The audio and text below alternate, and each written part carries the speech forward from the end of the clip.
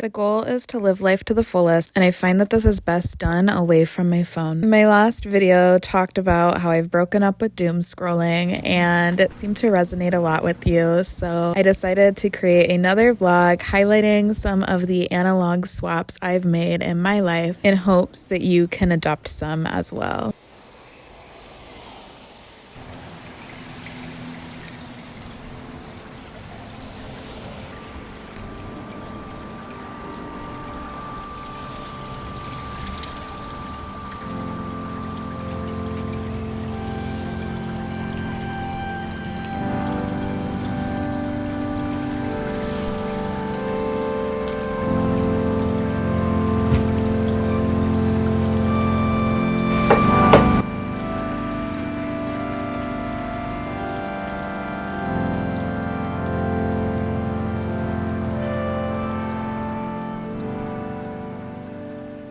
Reading is my favorite screen time swap. And this is primarily because when I do find myself doom scrolling TikTok or Instagram, it's usually because I want some sort of distraction for my brain. Current fiction read, which is great for escapism in these times, is Kingdom of Ash. It's part of a series. As you can see, I'm almost done with it. And then all I have left in the series is the prequel. I've been reading the series for a while now. I'll have to find some new fiction to replace this with. If you have any suggestions, particularly fantasy books, leave them in the comments below. I always have a nonfiction book in the mix too. I've been reading Braiding Sweetgrass for a while now. I'm almost done with that. I do have quite a list of nonfiction books that I want to get through, but I'm always happy to hear more suggestions. If sitting down and tangibly reading feels like too much at this stage, audiobooks are another great option too. I like to have an audiobook going while I drive. It's just a great alternative to scrolling.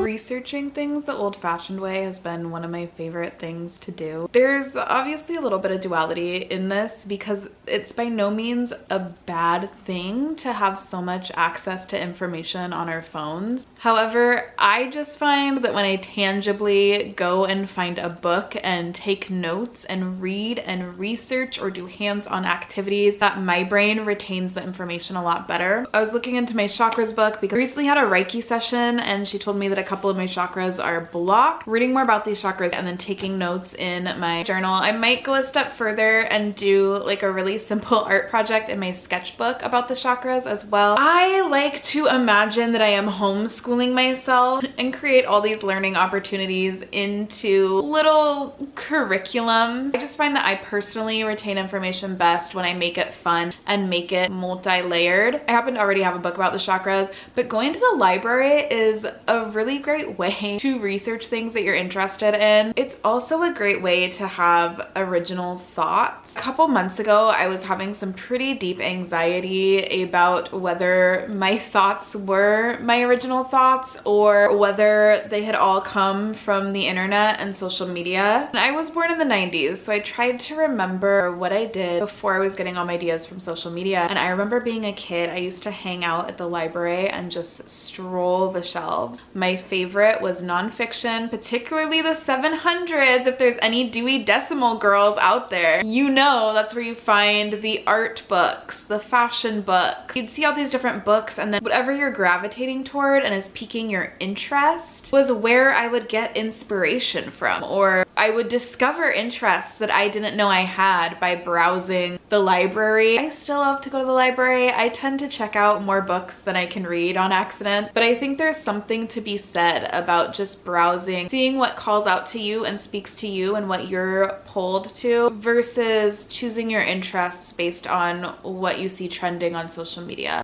Building our DVD collection has been one of my favorite analog swaps. I originally got a DVD player from the thrift store, but it broke, so I ended up ordering one from Amazon. I will link that below. There are tons of DVDs at the thrift store. I've gotten some from Buy Nothing, and I still had some from back when this was our normal format for watching movies. I haven't completely ended using streaming services just because I watch a lot of anime. It has been really fun to rediscover some of my old favorite movies.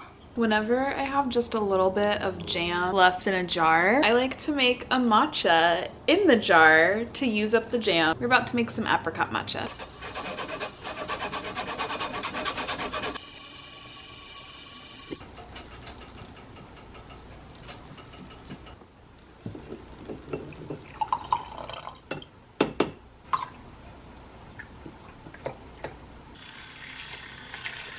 And then it's perfect because if you need to take it with you to go, you have a little lid.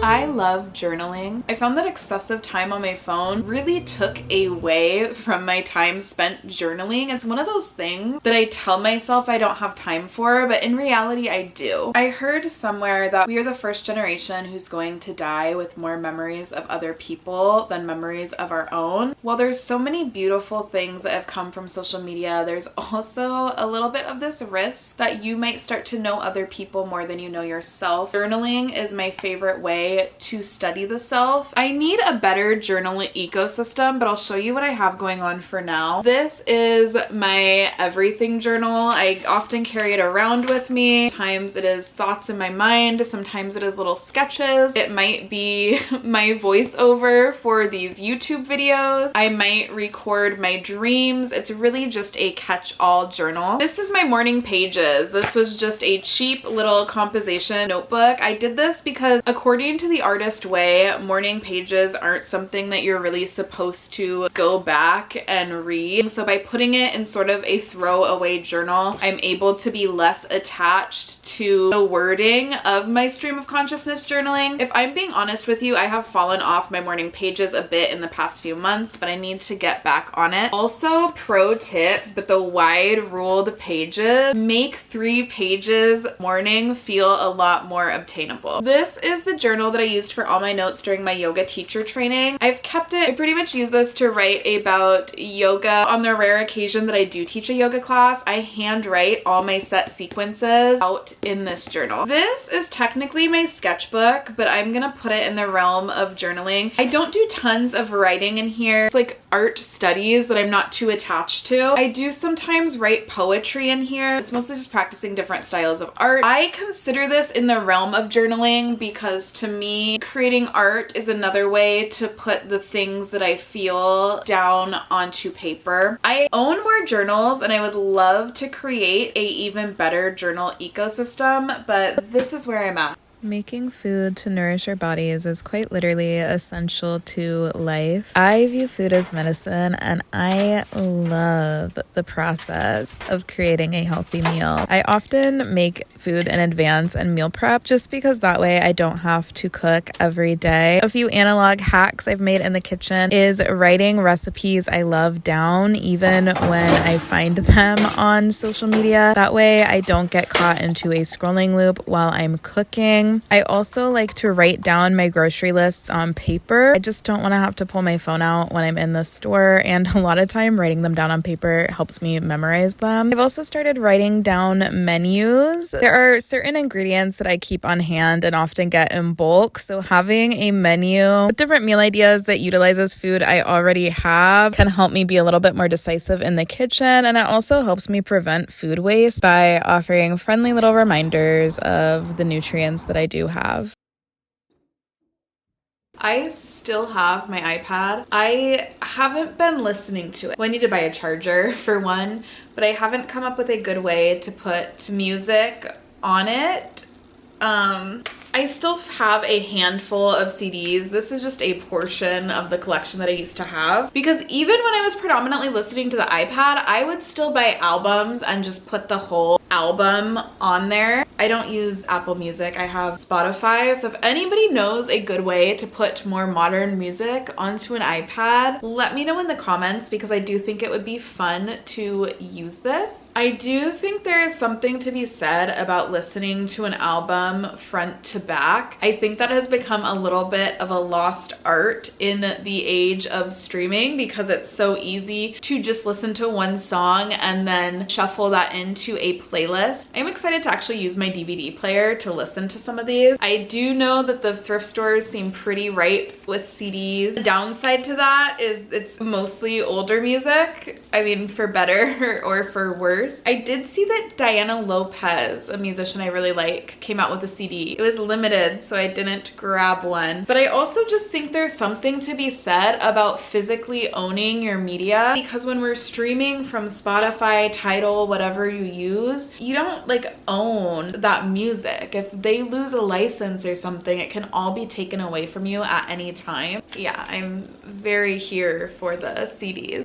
Writing letters is a new analog venture that I'm excited to get into. When I was younger, I always had pen pals. I would even join mail clubs as a teenager where we would trade themed art. I think there is something so special about pouring your heart out to a friend or family member and them being able to receive that on a tangible piece of paper versus just through a text. As someone who often feels frozen when it comes to replying to texts and DMs, writing letters also feels like a good opportunity for me to let people know how much I love them.